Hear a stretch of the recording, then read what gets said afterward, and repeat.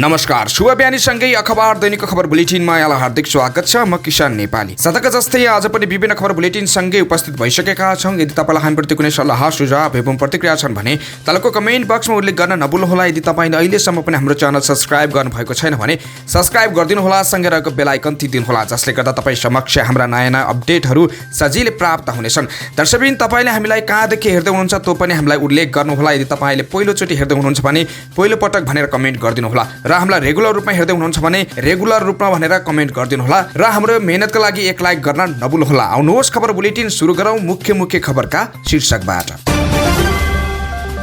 काठमाडौँ महानगरपालिकाको कार्यपालिका बैठकमा विवाद बन्द भयो। लाइभ दुर्गममा अपराह्न 12 बजेपछि जहाज उडाउन नपाउने निर्णय हट्यो। सशस्त्रका 12 एसपीलाई एसएसपीमा बढुवा गर्न सिफारिस। विमान सडकमा दुर्घटना हुँदा मलेसियामा 10 जनाको ज्यान गयो। काठमाडौँ महानगरको शहरी योजना आयोगको उपाध्यक्षमा राज भण्डारी। सरकारले 1 वर्षमा 820 किमी सडक कालोपत्रै गर्यो, 222 वटा पुल बनायो। 38 दिनदेखि हराएको अप्रवासी बोकेको ढुङ्गा अफ्रिकाको टापुमा भेटियो। 60 जना भन्दा धेरैको ज्यान गएको अनुमान। अनुमति बिना सामाजिक सञ्जालमा वैदेशिक रोजगारीको विज्ञापन गर्ने 2 म्यान पावरलाई विभागले गरेको कारबाही। साउन सकिए पनि रोपाईको काम अझै बाँकी, धानको उत्पादन घट्ने। गुणस्तरमा प्रश्न उठेपछि 1 वर्षमा 112 उद्योग विरुद्ध मुद्दा। लम्की स्किन रोगबाट मरेका पशुको क्षतिपूर्ति दिन सक्दैनौ कृषि मन्त्री। रेशम चौधरीको नेतृत्वमा टिकापुर घटना भएको सर्वोच्चको ठहर। जन्मकैद मिनाहामा गम्भीर प्रश्न। भन्सारको आन्तरिक छानबिनको निष्कर्ष हेल्सा क्राइले तस्करीको सुन चिर्यो। टुनकाण्डमा जोडियो केटिभी रेस्टुरेन्ट 2 सञ्चालक पक्राउ। शरणार्थी प्रकरण अनुसन्धान गर्ने प्रहरी अधिकारीलाई हटाउन दबाव। ओली भन्छन् आयोग नबनाएर सरकारले 1 क्विन्टल सुन 60 किलोमा झार्यो। सन्दीप विरुद्धको बलात्कार मुद्दाको सुनाई बिहिबार पनि स्थगित। जिल्ला खटिएका काङ्ग्रेस प्रतिनिधिको निष्कर्ष गुटले पार्टी कमजोर। सङ्खुवासभा कारागारमा पार्श्विक यातना दिई 2 कैदीको हत्या भएको अनुगमन टोलीको निष्कर्ष। खुट्टामा रडले घोपियो, प्रहरी र कैदीले पालो कुटे। बालेनको दबावपछि महानगर योजना आयोगका उपाध्यक्षले दिए राजीनामा। डाक्टर सुमन सिंह राज भण्डारी नियुक्त। एमालेका कार्यक्रममा पार्टीका जीवित नेता मध्ये ओलीकै मात्र फोटो राख्न पाइने। 14 भदौबाट एमसीसी कार्यान्वयन सुरु हुने 5 वर्षमा नसके अनुदान फिर्ता। कोशी र बागमती प्रदेशका केही ठाउँमा भारी वर्षाको सम्भावना। ब्याडमिन्टन एसियाको प्रतियोगिता नेपालमा पहिलो पटक हुँदै U15 र U17 मा प्रतिस्पर्धा हुने र म्यानचेस्टर सिटीले जित्यो UEFA सुपर कप उपाधि। अब समाचार विस्तारमा। काठमाडौँ महानगरपालिकाको कार्यपालिका बैठकमा विवाद भएको छ। कार्यपालिका बैठकमा पेश भएका 21 प्रस्ताव मध्ये अन्तिममा रहेको विविध शीर्षकमा छलफल हुँदा विवाद भएको हो। वडाध्यक्षहरूले विविध शीर्षकको छलफलमा सुरु भएपछि विभागीय समितिले मागेको योजना बजेटमा नपरेको ओडाले माग्दै नमागेको बजेट ओडामा दिएको भन्दै प्रश्न उठाएका थिए। केही कार्यपालिका सदस्यहरूले महानगरकी उपप्रमुख सुनिता डङ्गेलको बजेट निर्माणमा भएको भूमिका बारे प्रश्न गरेका थिए। उपप्रमुख डङ्गेलको बजेट आफू एक्लै बनाएको नभई बजेट तर्जुमा समितिले बनाएको जवाब दिएकी थिइन्। उनले बैठकमा प्रश्न गरिन्, वडाध्यक्षहरूले सबै यो मेरो वडा त्यो मेरो वडा भनेपछि प्रमुख र उपप्रमुख चाहिँ कुन वडा? काठमाडौँ महानगरपालिकाको पहिलो कार्यपालिका बैठकदेखि नै प्रत्यक्ष प्रसारण सुरु गरेको थियो। मेयर बालेन शाहले चुनावी एजेन्डा नै कार्यपालिका बैठक लाइभ गर्नेलाई बनाएका थिए, जस अनुसार काठमाडौँ महानगरपालिकाको आधिकारिक फेसबुक पेज, युट्युब च्यानलबाट लाइभ गर्दै आएको थियो। तर बिहिबार कार्यपालिका बैठकको अन्तिम समय विवाद भएपछि कार्यपालिका सदस्य बोल्दा बोल्दै लाइभ बन्द भएको थियो। कार्यपालिका सदस्यहरू प्रशासन प्रमुखलाई जिम्मेवार नभएको भन्दै लाइभ अड्किएर बन्द भएको हो। मेयर बालिनको सचिवालयले भने बैठक सकिएर लाइभ बन्द भएको बताएको छ। नेपाल नागरिक उड्डयन प्राधिकरणले दुर्गम भेगका विमानस्थलमा अपराह्न 12 बजेपछि जहाज उडाउन लगाएको रोक हटाएको छ। अब प्राधिकरणले तोकेको समयभन्दा अतिरिक्त उडान भर्नुपर्ने चालक दलले लिखित घोषणा गरे पुग्नेछ।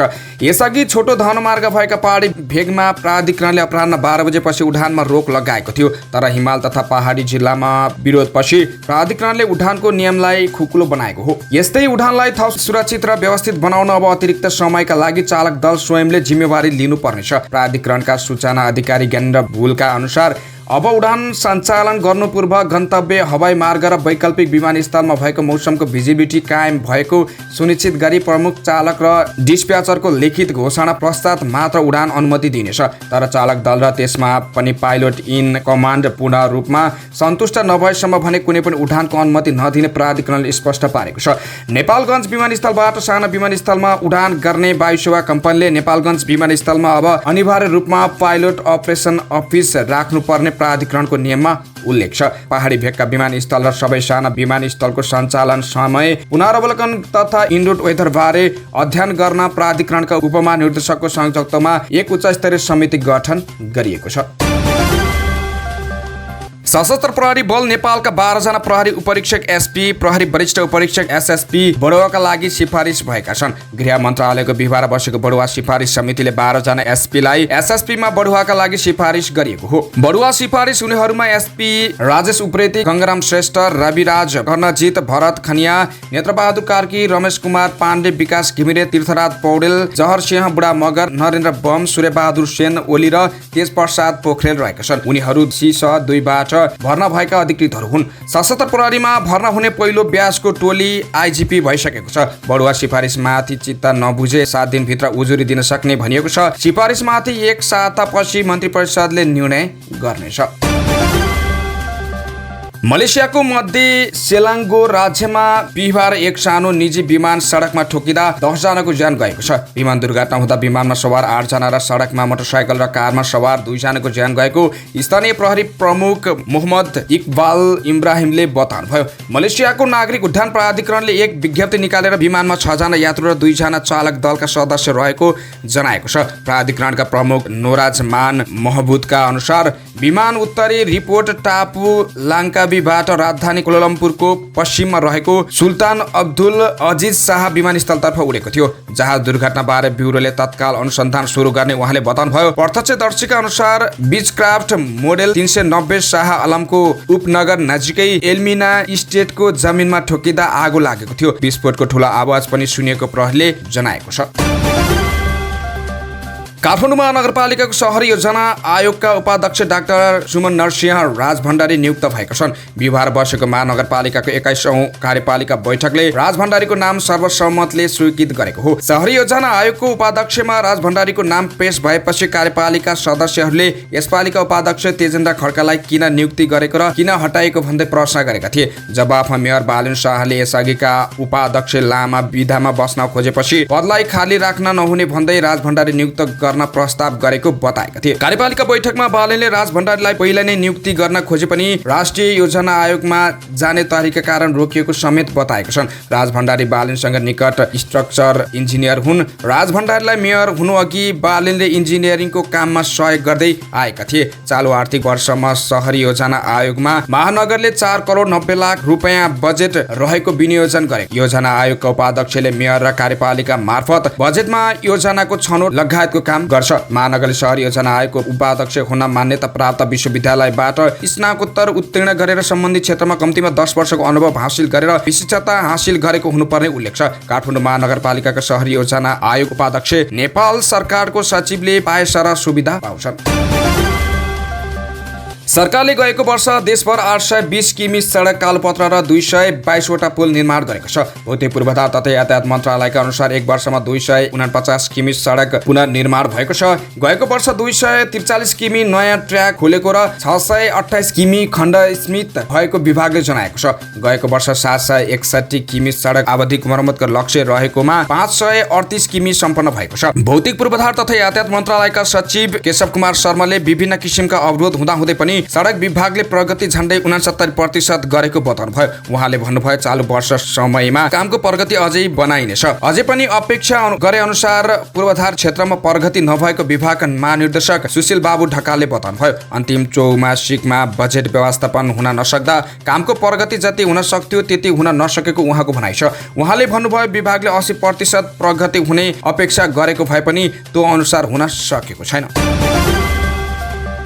1 महिनाभन्दा लामो समयदेखि हराएको अप्रवासी बोकेको डुङ्गा अफ्रिकाको केप भर्डे टापुको तटमा भेटिएको छ। डुङ्गामा 60 जना भन्दा धेरै जना गएको अनुमान गरिएको छ। बालबालिका सहित 38 जनालाई उद्धार गरेर सल टापुमा पुर्याइएको छ। समुद्रमा लामो समय रहेको धेरै जस्तो सेनेगलका नागरिक भएको अनुमान गरिएको बीबीसीले जनाएको छ। सेनेगलको विदेश मन्त्रालयले यो डुङ्गा गएको जुलाई 10 तारिकमा 101 जना यात्रु बोकेर प्रस्थान गरेको जनाएको छ। त्यसपछि डुङ्गा हराएको थियो। केप भर्डे पश्चिम अफ्रिकाबाट झन्डै 600 किलोमिटर टाढा अन्ध महासागरमा रहेको टापु हो। अनुमति बिना सामाजिक सञ्जाल मार्फत विदेश पठाइदिने विज्ञापन गर्दै राजधानी सङ्कलन गर्ने 2 म्यान पावरलाई वैदेशिक रोजगार विभागले कारबाही गरेको छ। स्वीकृति बिना नै सामाजिक सञ्जालको प्रयोग गरी वैदेशिक रोजगारको विज्ञापन गर्ने क्यापिटल रिक्रुटमेन्ट सर्भिस प्रणाली र इगल म्यान पावर कन्सल्टेन्ट प्रणालीलाई विभागले 2 लाख रुपियाँ जरिवाना गरेको छ। 2 म्यान पावरले विभिन्न सामाजिक सञ्जाल मार्फत वैदेशिक रोजगारीमा कामको अवसर भएको विज्ञापन गरेर राजधानी समेत सङ्कलन गरेका थिए। तर यसरी वैदेशिक रोजगारीको विज्ञापन गर्न विभागसँग भने स्वीकृति लिएका थिएनन्। यस्तै वैदेशिक रोजगारीसँग सम्बन्धित विज्ञापन सामाजिक सञ्जाल फेसबुक, टिकटक लगायत मार्फत प्रकाशन गरी नागरिकमा भ्रम सिर्जना गर्ने सुयान एजुकेसनल प्रणाली ललितपुर र elite to work human resources hospitality and training centre ललितपुरको पनि विभागले स्थलगत अनुगमन गरेर थप अनुसन्धान गरिरहेको जनाएको छ। पछिल्लो समय विभिन्न सामाजिक सञ्जालमा वैदेशिक रोजगारीको अवसर भन्दै विज्ञापन गर्ने र ठगी गर्ने क्रम बढेको भन्दै विभागले यस्तो विज्ञापनमा भर नपर्न अनुरोध समेत गरेको छ। कानुन विपरीत वैदेशिक रोजगारीको अवसर छ भन्दै सामाजिक सञ्जाल मार्फत विज्ञापन नगर्न समेत सबैमा विभागले सचेत गराएको छ। कुनै पनि देशबाट कामको माग ल्याएपछि देशमा श्रमिक पठाउने विज्ञापन गर्न वैदेशिक रोजगार विभागसँग अनुमति लिन पर्छ।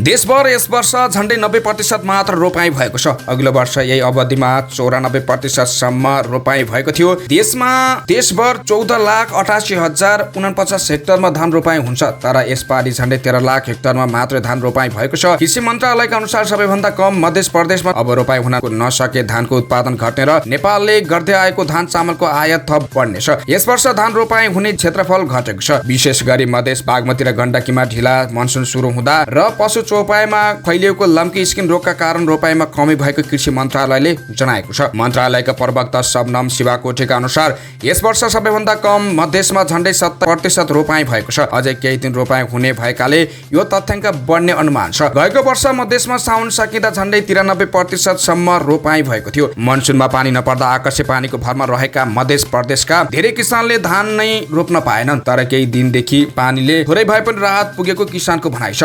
मध्य प्रदेशका 8वटै जिल्लामा गरी कुल 5,74,360 हेक्टर खेतीयोग्य जमिन रहेकोमा 4,05,450 हेक्टर क्षेत्रफल धान रोपाई योग्य जग्गा छ। खाद्य प्रविधि तथा गुण नियन्त्रण विभागले 1 वर्षको अवधिमा कम गुणस्तरका खाद्यान्न पदार्थ उत्पादन र बिक्री गरेको आरोपमा 121 उद्योग विरुद्ध मुद्दा दायर गरेको छ। आर्थिक वर्ष 2079-80 मा देशका विभिन्न स्थानमा रहेर यी उद्योगले कम गुणस्तरको तथा दूषित चामल, पिठो, चाउचाउ, दही, मदिरा, कुखुराका दाना लगायतका पदार्थ उत्पादन गरेको पाइएपछि कारबाही गरिएको विभागका प्रवक्ता मोहन कृष्ण महर्जनले बताएका छन्। कारबाहीमा पर्नेमा पिउने पानीका 21, दूध तथा दुग्ध पदार्थका 17, खाद्यान्न तथा दलहन र त्यसबाट बनेका परिकार 16, दाना पदार्थका 15, मसलाका 7, चिया कफीका 7 र फलफुल तथा सागपात जन्य 7 वटा उत्पादनमा गुणस्तरको प्रश्न उठाउँदै विभागले मुद्दा दायर गरेको हो। त्यस्तै महका 5 र अन्य खाद्य पदार्थका 21 गरी कुल 121 उद्योग विरुद्ध मुद्दा दायर गरेको विभागले जनाएको छ। महर्जनका अनुसार गत वर्ष विभागले देशभरबाट 3,113 वटा खाद्य वस्तुको नमुना परीक्षणका लागि सङ्कलन गरेको थियो। खाद्यान्न र दलहनका 910, फलफुल र सागपात जन्य 351, तेल घिउका 349 र मसलाका 283, पिउने पानीका 155 नमुनाको विश्लेषण गरेको थियो, जसमध्ये खाद्यान्नका 47, पिउने पानीका 41, फल तथा सागपात जन्य पदार्थको 13, मसलाका 7 र अन्य विभिन्न उत्पादनका 198 नमुनाको मापदण्ड नपुगेको विभागले जनाएको छ। सरकारले लम्की स्किन रोगबाट मरेका पशुहरूको क्षतिपूर्ति दिन नसक्ने भन्दै राहत भने दिन सक्ने बताएको छ। बिहिबार प्रतिनिधि सभा अन्तर्गतको कृषि सहकारी तथा प्राकृतिक स्रोत समितिमा कृषि मन्त्री डाक्टर वेदराम भुषालले लम्की स्किनबाट मृत्यु भएका पशुहरूको क्षतिपूर्ति दिन नसकिने बताएका हुन्। क्षतिपूर्ति दिन नसके पनि सरकारको तर्फबाट किसानहरूलाई राहत दिने गरी कार्यविधि बनिरहेको उनले बताएका छन्। किसानहरूलाई ठूलो क्षति भयो, क्षतिपूर्ति नै त गर्न सकिँदैन होला, अरू सन्दर्भमा पनि क्षतिपूर्ति नै भनेर गर्न सकेका छैनौँ। राहत कमसे कममा सरकारको तर्फबाट दिनुपर्छ भन्ने हिसाबले प्रधानमन्त्री ज्यूकै उपस्थितिमा बैठक बसेर आधार मापदण्ड र कार्यविधि लगायतका प्रक्रियालाई अगाडि बढाएका छौँ। उनले भने कार्यविधि पास हुने बित्तिकै राहत दिन्छौँ। लम्की स्किनबाट अहिलेसम्म 13,05,361 पशु संक्रमित भएको र चैतदेखि हालसम्म 47,649 पशु मरेको जानकारी दिँदै 1,75,553 पशु अहिले पनि संक्रमित रहेको बताएका छन्। तान्जानिया, टर्की र जोर्डानबाट लम्की स्किन विरुद्धको भ्याक्सिन आयात गरेको जानकारी दिँदै उनले अहिलेसम्म 13,69,000 डोज भ्याक्सिन आएको र 6,83,450 पशुलाई भ्याक्सिन लगाइएको जानकारी दिएका छन्। नागरिक उन्मुक्ति पार्टीका संरक्षक एवं पूर्व सांसद रमेश चौधरीमाथिको जन्मकैदमाथि राष्ट्रपति रामचन्द्र पौडेलले गरेको माफी मिनाहालाई सर्वोच्च अदालतले नै गम्भीर प्रश्न उठाएको छ। सर्वोच्च अदालतले बहुचर्चित टिकापुर घटना सम्बन्धी मुद्दाको पूर्णपाठ सार्वजनिक गर्दै त्यसलाई क्रूर, अमानवीय र सभ्य समाजमा सोच्नै नसकिने खालको घटना भनी व्याख्या गरेको हो। सर्वोच्च अदालतले व्याख्यामा भनेको छ, रेशम चौधरी नेतृत्वको भिडले जीवनदानको भिख मागेका 8 जना प्रहरी कर्मचारीलाई लाठी, ढुङ्गा, बन्चरो प्रहार गरी आँखामा भाला रोपी, शरीरमा खर, पेट्रोल, मट्टीतेल खन्याई, जलाउने र शव खेत विच्छेद गर्ने जस्तो सभ्य समाजको अपेक्षा र मानवीय चेतना विरुद्ध अन्त्य मानवीय, क्रूर र निर्मम ढङ्गले ज्यान मारेको देखिन आई कसुर शङ्का रहित तबले पुष्टि हुन आयो। सर्वोच्च अदालतले यो फैसलाले रेशम चौधरी माथिको माफी मिनाहा बदर हुने अवस्था देखा परेको पूर्व महाधिवक्ता एवं वरिष्ठ अधिवक्ता रमेश वडाले बताएको छ। एक त फैसलाको पूर्णपाठ नआउँदै सरकारले माफी मिनाहाको प्रक्रिया अघि बढाएर राष्ट्रपतिबाट निर्णय गरिएको थियो, त्यो आफैमा गलत थियो बडालले भने। अर्कोतर्फ क्रूरतापूर्वक र अमानवीय रूपमा ज्यान मारेको घटनामा माफी मिनाहाको परिकल्पना कानुनमा छैन। सर्वोच्च अदालतले यो फैसलाको घटनालाई अत्यन्त अमानवीय र सभ्य समाजमा कल्पना गर्न नसकिने घटना भनेपछि त्यसमा संलग्नहरूले कसरी माफी मिनाहा पाउने अवस्था हुन्छ र? नेपालको संविधानको धारा 276 मा माफी मिनाहाको व्यवस्था छ, जसमा भनेको छ राष्ट्रपतिले कुनै अदालत, न्यायाधीश वा अन्यायाधीश निकाय वा प्रशासकीय पदाधिकारी वा निकायले गरेको सजायलाई कानुन बमोजिम माफी, मुलतवी, परिवर्तन वा काम गर्न सक्नेछ। भन्सार विभागले विमानस्थल भन्सारबाट जाँच पास भएर साउन 2 मा बाहिरिएको 60 किलो सुन हेलचक्राइका कारण जाँच पास भएको दावी गरेको छ। भन्सार विभागले सुन तस्करीको छानबिनमा राजस्व अनुसन्धानलाई सघाउन भन्दै 4 साउनमा 7 सदस्यीय छानबिन समिति गठन गरेको थियो। विभागका अनुसन्धान शाखाका निर्देशक मानबहादुर पौडेल नेतृत्वको समितिले पर्याप्त मात्रामा सावधानी नपुगेका कारण तस्कर समूहले ल्याएको सुनको जाँच पास नगरिएको निष्कर्ष निकाल्दै प्रतिवेदन बुझाएको थियो। विभागले गोप्य राखेको उक्त प्रतिवेदनमा भन्सारबाट सुनको जाँच पास हुन जानीबुझी नभई असावधानी र हेलचक्राइले भएको दावी गरिएको छ।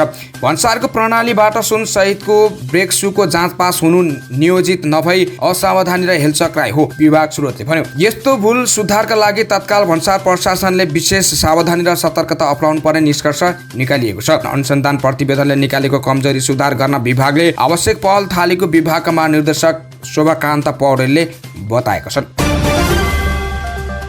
त्रिभुवन अन्तर्राष्ट्रिय विमानस्थल बाहिरबाट समातिएको 60 किलो सुन प्रकरण थमेल स्थित केटिभी काराओके रेस्टुरेन्ट पनि मुछिएको छ। केन्द्रीय अनुसन्धान ब्युरो CIB ले सुन प्रकरणमा केटिभी काराओके रेस्टुरेन्ट मुछिएपछि यसका 2 सञ्चालकलाई पक्राउ गरेको छ। मंगलबार बेलुकी प्रहरीको केन्द्रीय अनुसन्धान ब्युरो CIB ले पाटनको डाउनटाउन अपार्टमेन्टमा छापा हानेर 4 चिनिया नागरिकलाई पक्राउ गरेको थियो। तीमध्ये तियानमी र विनतोङ रेस्टुरेन्ट सञ्चालक भएको पाएको हो। उनीहरूले सञ्चालन गरेको केटिभी कराओके रेस्टुरेन्ट थमेल स्थित होटल भियना नजिकै छ। होटल भियना राजस्व अनुसन्धान विभागले 14 साउनमा छापा मारेर केही कागजात र सामग्रीहरू बरामद गरेको थियो। त्यतिबेला विभागले होटलका सञ्चालक बेल्जियम नागरिक सावा छिरिङलाई समेत पक्राउ गरेको थियो। अनुसन्धानका क्रममा सुन प्रकरणमा संलग्न चिनिया नागरिकहरू होटल भियना र केटिभी कराओके रेस्टुरेन्टमा पटक पटक गएको खुलेको थियो। स्रोतका अनुसार भियनाको नाममा लिएको 4 वटा गाडी चिनिया तस्करले प्रयोग गरेका थिए। त्यही आधारमा दावा पक्राउ परेका थिए। दावाको माओवादी नेताका उच्च नेताहरू निकट सम्बन्ध छ। उनकी श्रीमती अमला रोका रोल्पाकी माओवादी नेत्री समेत हुन्। अन्य पार्टीका नेता र सुरक्षा अधिकृतसँग पनि उनको सम्बन्ध रहेको अनुसन्धानबाट खुलेको छ।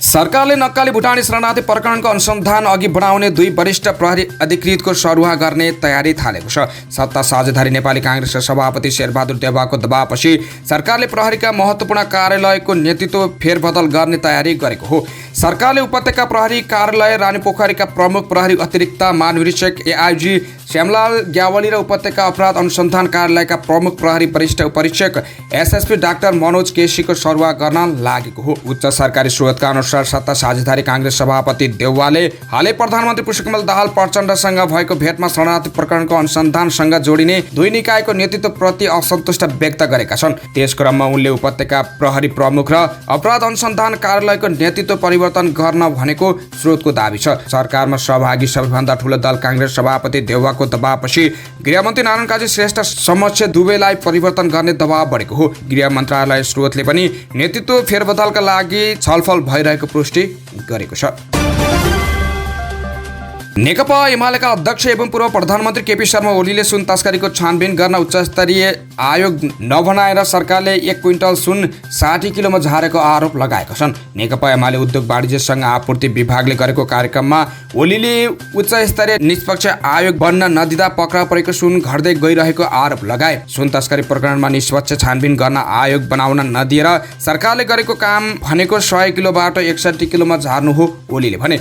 निष्पक्ष आयोग बनाएर सरकारले सुन तस्कर गरिरहेको अर्को आरोप पनि उनले लगाए। प्रधानमन्त्री पुष्पकमल दाहाल प्रचण्डले आफूसँग सुन तस्करीको अनुसन्धानका लागि 60 दिन मागेको र आफूले 60 दिनसम्म सबै मिलाउनुहुन्छ भन्ने प्रश्न गरेको ओलीले बताए। प्रधानमन्त्रीले सुन तस्करी लुकाउनका लागि 60 दिनको समय माग गरेको आरोप ओलीको थियो। ब्रेक्सुमा तस्करी गरेर ल्याउँदा र त्रिभुवन अन्तर्राष्ट्रिय विमानस्थल भन्सार कार्यालय बाहिर बरामद सुन गालेर जोग्दा 60 किलो 716 ग्राम भएको छ। जिल्ला अदालत काठमाडौँमा बिहिबार भएको सन्दीप लामिछाने विरुद्धको बलात्कार मुद्दाको सुनाई स्थगित भएको छ। अदालत स्रोतका अनुसार केही विवरण अस्पष्ट भएपछि पुनः माग गर्नुपर्ने भन्दै सुनवाई स्थगित गरिएको हो। अदालतमा पीडित गौशाला सोराकी आमाको जन्ममिति फरक देखिने कागजातहरू पेश भएको, गौशाला सोराको जन्म हुँदाको अस्पतालको दर्ता किताबको विवरण पनि अस्पष्ट भएकाले त्यसलाई थप स्पष्ट पार्नुपर्ने भन्दै बिहिबार न्यायाधीश राजकुमार खतिवडाको इजलासको सुनवाई स्थगित गरिएको हो। क्रिकेटर सन्दीप लामिछाने आफूलाई बलात्कार गरेको भन्दै एक किशोरीले गत वर्ष भदौमा जाहेरी दिएकी थिइन्। सो मुद्दामा जिल्ला अदालत काठमाडौँमा भएको सुनवाई पटक सरेका कारण हालसम्म अन्तिम फैसला आएको छैन।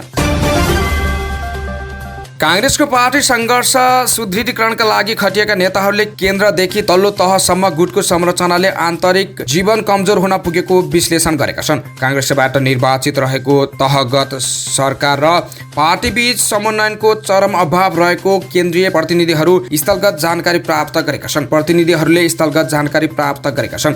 10 सालमा सकिएको केन्द्रीय समितिको निर्णय अनुसार पार्टीले 77 जिल्लामा केन्द्रीय नेताहरूलाई सङ्गठन सुदृढीकरणका लागि खटाएको थियो। केन्द्रीय प्रतिनिधिले 20 देखि 30 साउनसम्म जिल्लामा रहेका पार्टीको आन्तरिक सुदृढीकरणमा लागेका थिए। अपूर्ण रहेको कार्य समितिलाई पूर्णता दिने, नियमित बैठक बस्न लगाउने, रिपोर्टिङ लिने, सम्मेलन नभएको स्थितिमा मिति तोक्न लगाउने केन्द्रीय प्रतिनिधिको जिम्मेवारी थियो। साथै सम्मेलन स्थलको रिपोर्ट दिन लगाउने, आन्तरिक विवाद समाधान गर्ने, नयाँ क्रियाशील सदस्य वितरण, नवीकरण लगायतका लागि केन्द्रीय नेताहरू खटिएका थिए।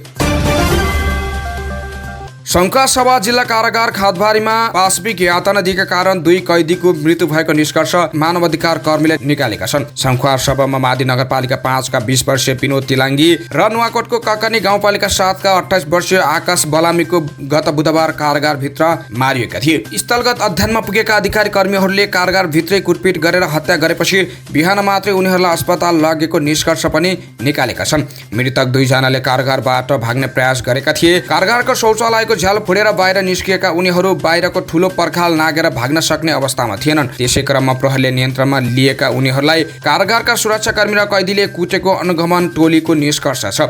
बाहिर निर्मम र पाशविक यातना दिएपछि अन्तिममा भित्री प्रशासनलाई बुझाएको देखिन्छ। स्थलगत अनुगमनका लागि घटनास्थल पुगेर फर्किएका इन्सेक कोशी प्रदेश संयोजक सोमराज थापाले भने भित्रको प्रशासनले पनि कुटपिट गरेको देखिन्छ। मृतकमाथि रड र लाठी पनि प्रहार भएको थियो।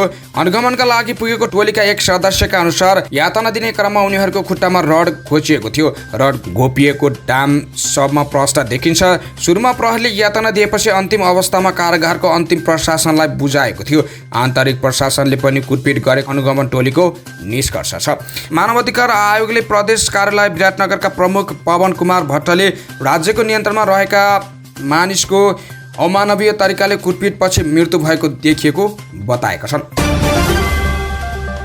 काठमाडौँ महानगरपालिकाको शहरी योजना आयोगका उपाध्यक्ष तपेन्द्र खड्काले राजीनामा दिएका छन्। खड्काले अघिल्लो साता पारिवारिक कामले लामो छुट्टी मागेका थिए, तर मेयर बालेन शाहले लामो छुट्टीमा बस्नुभन्दा राजीनामा नै दिन दबाब दिएपछि उनले गत शुक्रबार राजीनामा बुझाएका हुन्। योजनाको काममा लाग्नुपर्ने बेला उपाध्यक्षले लामो बिदा मागेपछि उनीसँग राजीनामा माग गरिएको बालेनका स्वकीय सचिव भूपदेव शाहले बताएका छन्। आर्थिक वर्ष सुरु भएको केही दिन मात्रै भएको छ।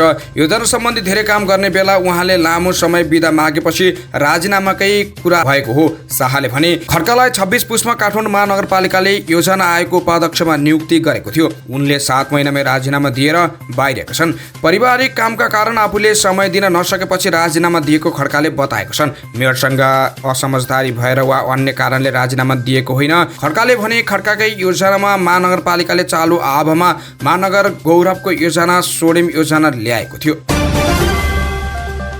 नेकपा एमाले पार्टी र भातृ संगठनका कार्यक्रममा आफ्ना जीवित नेतामध्ये अध्यक्ष केपी शर्मा ओलीको मात्र तस्बिर राख्न पाइने गरी सर्कुलर गर्ने तयारी गरेको छ। पछिल्लो पार्टी सचिवालय बैठक मार्फत एमाले यस्तो निर्णय गरेको हो। अध्यक्ष ओलीले पार्टीको केन्द्रीय उद्योग तथा वाणिज्य विभागले आयोजना गरेको कार्यक्रममा सार्वजनिक कार्यक्रम व्यवस्थापन सम्बन्धी सचिवालयको निर्णय सुनाएका थिए। उनले निर्णय सुनाए पनि एमाले औपचारिक रूपमा सर्कुलर पठाउन बाँकी छ। पार्टी उपमहासचिव विष्णु रिजालका अनुसार बिहिबार साँझ उक्त सर्कुलर जारी गरिनेछ। फोटोको मामिलामा भद्रगोल नै भयो। अखिलको प्रारम्भिक कमिटीले अध्यक्ष पनि कार्यक्रममा आफ्नो फोटो ठुलो पारेर राख्न थाले। रिमालले भने कोही नेता अतिथि भएर गए भने उसैको फोटो राखिदिने, म गएँ भने मेरै फोटो पनि ढलक्क ढल्काइदिहाल्ने, यो त हुँदै भएन भनेर यस्तो निर्णय गरेका छौँ। एमाले फोटो राख्ने क्रममा पहिलो तस्बिर पुष्पलालको, दोस्रो मदन भण्डारीको, तेस्रो मनमोहन अधिकारीको राख्ने गर्छ। अब त्यसको चौथो क्रममा ओलीको राखिने पार्टी निर्णय छ। बहुचर्चित मिलेनियम च्यालेन्ज कर्पोरेसन एमसिसीको कार्यान्वयन 14 भदौदेखि हुने भएको छ। 5 वर्षमा सम्पन्न हुनुपर्ने बाध्यकारी एमसिसीका परियोजना कार्यान्वयनको अवधि 30 अगस्त 2023 अर्थात् आगामी 14 भदौबाट सुरु हुने इन्टु फोर्स समझदारी भएको उच्च सरकारी स्रोतले बताएको छ। यो परियोजना कार्यान्वयन गर्ने मिलेनियम च्यालेन्ज एकाउन्ट एमसिए नेपालको सञ्चालक समितिको बैठकमा 30 अगस्तलाई इन्ट्री इन फोर्स बनाउने समझदारी बनेको छ। स्रोतले भने यसको माइनिटिङ भइसकेको छैन। बोर्डका पर्यवेक्षकका रूपमा एमसिसीका प्रतिनिधि पनि हुने भएकाले यसमा उनीहरूको समर्थन छ। यही मितिबाट 5 वर्षको अवधि गणना सुरु हुने गरी निर्णय हुने सम्भावना छ। एमसिसीको मुख्यालयबाट यो परियोजना अब अघि बढाउँदा हुन्छ भन्ने सकारात्मक सन्देश प्राप्त भएकाले लागू हुने मिति घोषणा गर्ने तर्फ सरकार लागेको हो। नेपाल सरकार र अमेरिकी सहयोग नियोग एमसिसीसँग भएको सम्झौताको धारा 7 मा सम्झौता कुन बेला लागू हुने भन्ने व्यवस्था छ। सम्झौताको दफा 7.3 मा आवश्यक पूर्व शर्तहरू पूरा भएको कुरामा एमसिसी सन्तुष्ट रहेको भन्दै सम्झौता लागू गर्न उसले नेपाल सरकारलाई प्रेषित गरेको पत्रका मितिदेखि यो लागू हुने व्यवस्था गरिएको छ। कञ्चनपुरमा सेफ्टी ट्याङ्कीमा फसेर जङ्गली हात्तीको मृत्यु भएको छ। शुक्लाफाँट राष्ट्रिय निकुञ्जसँग जोडिएको शुक्लाफाँट नगरपालिका साथ कालापानीको वातावरण मध्यवर्ती सामुदायिक वनको शौचालयको सेफ्टी ट्याङ्कीमा परेको अवस्थामा हात्ती मृत भेटिएको हो। शुक्लाफाँट राष्ट्रिय निकुञ्जका प्रमुख किशोर कुमार मेहताले हात्तीको पछाडिको शरीर सेफ्टी ट्याङ्कीमा परेको अवस्थामा मृत भेटिएको जानकारी दिए। मेहताले मृत भेटिएको हात्तीलाई सेफ्टी ट्याङ्कीबाट निकालेर शव परीक्षण गरेर अन्त्येष्टि गरिने बताएका छन्।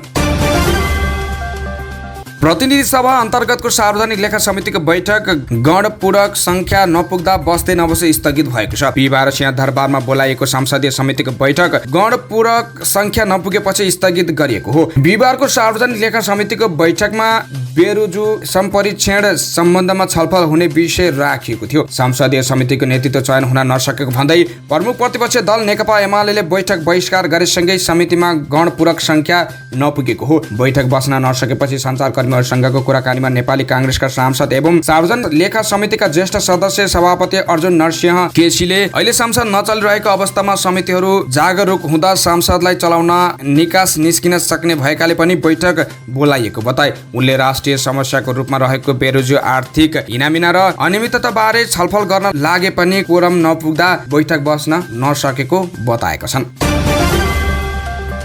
मुस्ताङलाई राष्ट्रिय राजमार्गसँग जोड्ने बेनी जोमसुम सडक खण्डको म्याग्दी खण्ड रातको समयमा यातायातका साधन सञ्चालन गर्न बन्द गरिएको छ। कालीगण्डकी करिडोर बेनी जोमसुम कोरोला अन्तर्गत म्याग्दीको रघुगाउँ गाउँपालिका 3 गलेश्वरदेखि अन्नपूर्ण गाउँपालिका 3 काभ्रेमा पहिरोको जोखिम भएकाले रातिको समयमा यातायात सञ्चालन गर्न बन्द गरिएको हो। जिल्ला प्रशासन कार्यालय म्याग्दीले सूचना जारी गरी सडकमा ढुङ्गा पहिरो खस्ने र नदी किनारमा ध्वजा फाटेर जोखिम हुने भएकाले वर्षायामभर रातको समयमा गलेश्वर दाना खण्डमा यातायात सञ्चालन नगर्न अनुरोध गरेको छ। प्रमुख जिल्ला अधिकारी तुलसीराम पौडेलले पहिरो र कटनका कारण दुर्घटनाको जोखिम देखिएकाले रातको समयमा यातायात बन्द गरिएको बताउनुभयो। स्तर उन्नतिको क्रममा रहेको बेनी जमसम सडकको म्याग्दी खण्डमा 10 वटा पहिरा छन्। साउन 20 गतेदेखि अवरुद्ध भएको बेनी जमसम सडकको म्याग्दी खण्डमा बिहिबार दिउँसोदेखि सिधा यातायात सञ्चालन हुन थालेको छ।